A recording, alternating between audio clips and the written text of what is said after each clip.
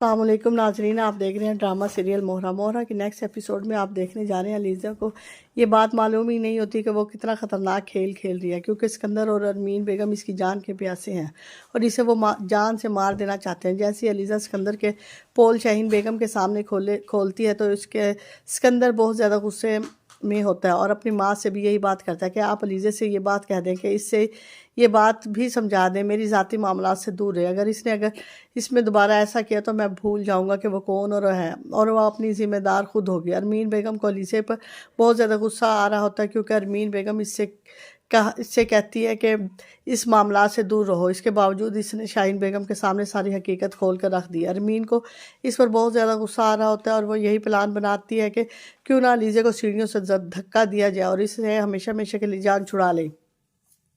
وہ ارمین بیگم پلان بنا کر بیٹھی ہوتی ہے کہ جب میں اسے دھکا دوں گی تو مجھے کوئی نہیں دیکھ رہا ہوگا۔ جیسے وہ دھکا دے گی اس کی بیٹی نمرہ اس کو دیکھ رہی ہوتی ہے اور حمزہ فوری طور پر علیزہ کی چیخ سن کر آ جائے گا اور وہ بہت زیادہ حیران اور پریشان ہوگا، اور اوپر سے ارمین بیگم بھی آ جائے گی۔ وہ اپنی ماں سے یہی بات پوچھے گا کہ علیزہ کیسے گری، تو وہ بولیں گی علیزہ کا پاؤں سلپ ہو گیا، اسی وجہ سے وہ گر گئی۔ فوری طور پر علیزہ کو ہاسپٹل لے جایا جائے گا۔ حمزہ بہت زیادہ ڈرا ہوا ہوتا ہے، اس کو یہ معلوم ہوتا ہے کہ علیزہ پریگننٹ ہے، اس کے بچے اور بیوی کو بھی جان کا خطرہ ہو سکتا ہے۔ جیسے ہی حمزہ علیزہ کو ہاسپٹل لے کر جائے گا، اس کو فوری طور پر ایڈمٹ کر دیا جاتا ہے۔ ڈاکٹر حمزہ کو یہی بات بتاتے ہیں کہ اس کی کنڈیشن بہت زیادہ خراب ہے، دعا کریں کہ آپ اس کی جان بچ جائے۔ علیزہ جب ہاسپٹل آئی ہوتی ہے حنان بھی اپنی ماں کا چیک اپ کروانے آیا ہوتا ہے۔ جیسے علیزہ کو دیکھتا ہے اور وہ ڈر جاتا ہے اور اس سے رہا نہیں جاتا، وہ فوری طور پر حمزہ سے آ کر پوچھے گا کہ آپ کی بیوی کو کیا ہوا، اور حمزہ اس سیڑھیوں سے گر گیا اور اس کے انٹرن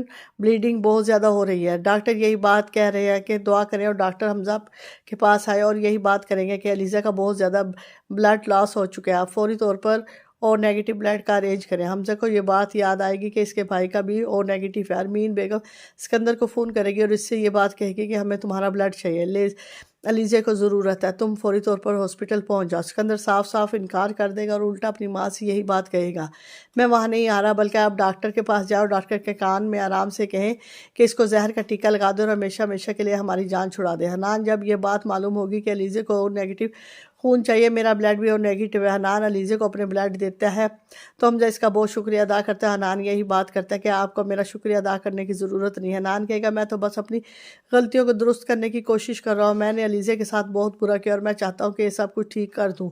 اور وہیں دوسری طرف علیزہ بھی ہوش میں آ جائے گی، ڈاکٹر علیزہ کی تو جان بچا لیں گے لیکن اس کے بچے کی جان نہیں بچا پائیں گے۔ علیزہ کو یہ معلوم ہی نہیں ہوگا۔ جیسے ہمدانی صاحب گھر آئے اور اسکندر سے آ کر بات کریں گے، تم بہت ہی بے حس ہو، تم نے فوری طور پر ہم نے تمہیں ہاسپٹل میں بلایا تھا اور تمہارا بلڈ چاہیے تھا لیکن تم وہاں نہیں آئے۔ اسکندر کہے گا مسئلہ یہ ہے کہ آپ کی پریشانی ہی میری خوشی کا سبب ہے۔ ہمدانی صاحب بہت زیادہ حیران ہو جائیں گے اور کہیں گے تم یہ کیسی بات کر رہے ہو۔ اسکندر یہی بات کرے گا کہ علیزہ میری دشمن ہے اور اسے میں زندہ نہیں دیکھنا چاہتا اور اس کے ساتھ جو کچھ بھی ہوا ہے ٹھیک ہے۔ جیسے ہی دوسری طرف نمرہ کو موقع ملے گا وہ اپنی ماں کے پاس آئے گی، آپ نے ایسا کیوں کیا؟ ارمین بیگم حیران ہو پریشان ہو جائے گی۔ نمرہ کہے گی میں نے دیکھا ہے آپ نے بھابھی کو سیڑھیوں سے دھکا دیا جس کی وجہ سے وہ گری ہیں، اور ارمین بیگم سے یہ باتیں سنے گی تو ان کے پاؤں کے نیچے سے زمین نکل جائے گی۔ اسے یقین نہیں آ رہا ہوگا کہ اس کی بیٹی نمرہ نے یہ سارا منظر دیکھ لیا۔ اس کے علاوہ ارمین کے پاس کوئی راستہ نہیں ہوگا کہ وہ نمرہ کی بات مان لی جائے اور اس سے دائم کی شادی کر دے۔ ہم اس ویڈیو کو یہیں پر اختتام کرتے ہیں۔ اس ویڈیو کو لائک کریں، شیئر کریں اور سبسکرائب کریں